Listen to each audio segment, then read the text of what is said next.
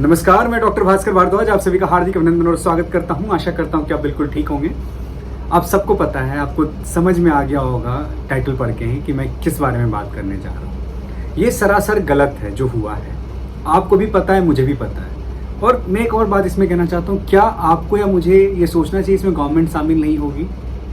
I don't know, क्योंकि अगर कोई भी चीज़ बहुत ऊपर से चलती आ रही है तो इसमें सबकी गलती है। अगर कुछ बहुत अच्छा होता है उसमें अगर गवर्नमेंट को क्रेडिट जाती है कि हाँ, जिसकी भी सरकार हो, चाहे वो बीजेपी हो, चाहे वो कांग्रेस हो, चाहे वो आम आदमी पार्टी हो, जहाँ पर जिसकी भी सरकार है, अगर कुछ भी अच्छा होता है वो क्रेडिट लेने में पीछे नहीं हटते हैं। चाहे वो बीजेपी वाले हों, मोदी जी हमारे हों, अमित शाह जी हों, नीतीश कुमार हों, अटल बिहारी वाजपेयी के टाइम में अटल बिहारी वाजपेयी जी हों, कोई भी हो, हर किसी को अपना क्रेडिट चाहिए था कुछ भी सही होने पे। तो क्या आज जो ये गलत हो रहा है इसमें आपको क्रेडिट नहीं लेना चाहिए? आपको क्या लगता है कि इसमें आपकी कोई क्रेडिट नहीं है, आप बिल्कुल साफ सुथरे हैं, आपको कोई दिक्कत नहीं है, जो भी है एनटीए के माथे पे धर दो? आप कहाँ थे? आपके होते हुए अगर एनटीए इतना बड़ा हिम्मत कर सकता है कि इस लेवल पर, इस मास बेसिस पे पेपर लीक करवाया जा सकता है, अब आप कहेंगे कि आप ये कैसे बोल सकते हो मास बेसिस पे पेपर लीक हुआ है? आपको खुद दिख रहा है कि एक ही सेंटर से 10-10 कैसे हो सकते हैं ऑल इंडिया रैंक 1? मुझे ये जानना है। एक ही सेंटर से कभी ऐसा हुआ है? चलो एक हो गया, दो हो गया, एक ही सेंटर से मतलब 720 में 720 में लाने के बाद भी बच्चे एम्स दिल्ली में नहीं पढ़ाई कर सकते हैं। तो आप खुद सोच के मुझे बताओ कि ये क्या है और री एग्जाम क्यों नहीं होना चाहिए? क्योंकि अब इनको ये लग रहा है कि अगर हम री एग्जाम लेंगे तो मुझे तो बहुत सारे पैसे खर्च होंगे, मोर देन 500 करोड़ खर्च होगा इनका पैसा, उससे कम नहीं होगा। तो इसमें क्या गलती बच्चों की है? आपको लगता है कि बच्चे की गलती है?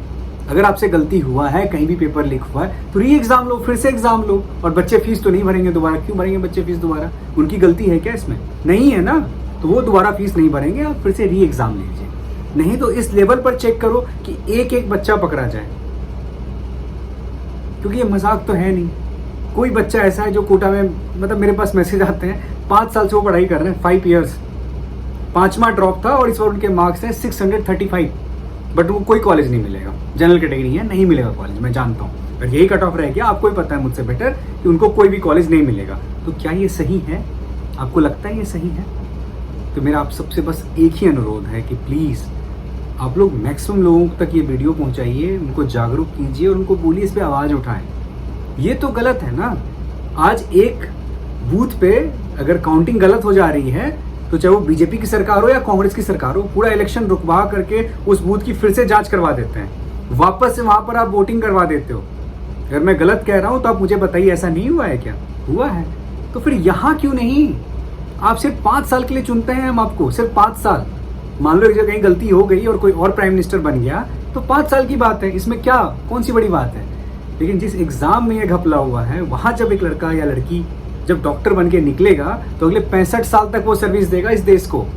तो आप क्या चाहते हो कि एक ऐसा इंसान सर्विस दे जो उसको डिजर्व ही नहीं कर रहा था?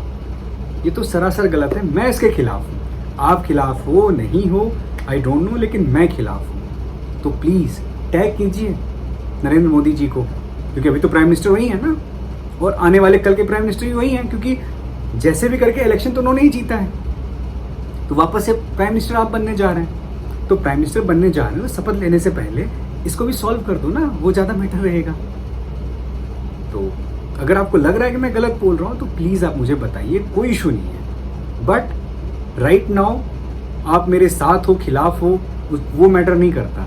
अभी ये मैटर करता है कि इस चीज़ को बिल्कुल अच्छे से लाइमलाइट में लाया जाए और गवर्नमेंट को वापस से री एग्ज़ाम लेना चाहिए। सिर्फ एक यही सॉल्यूशन है, दूसरा कोई सॉल्यूशन नहीं है। Thank you.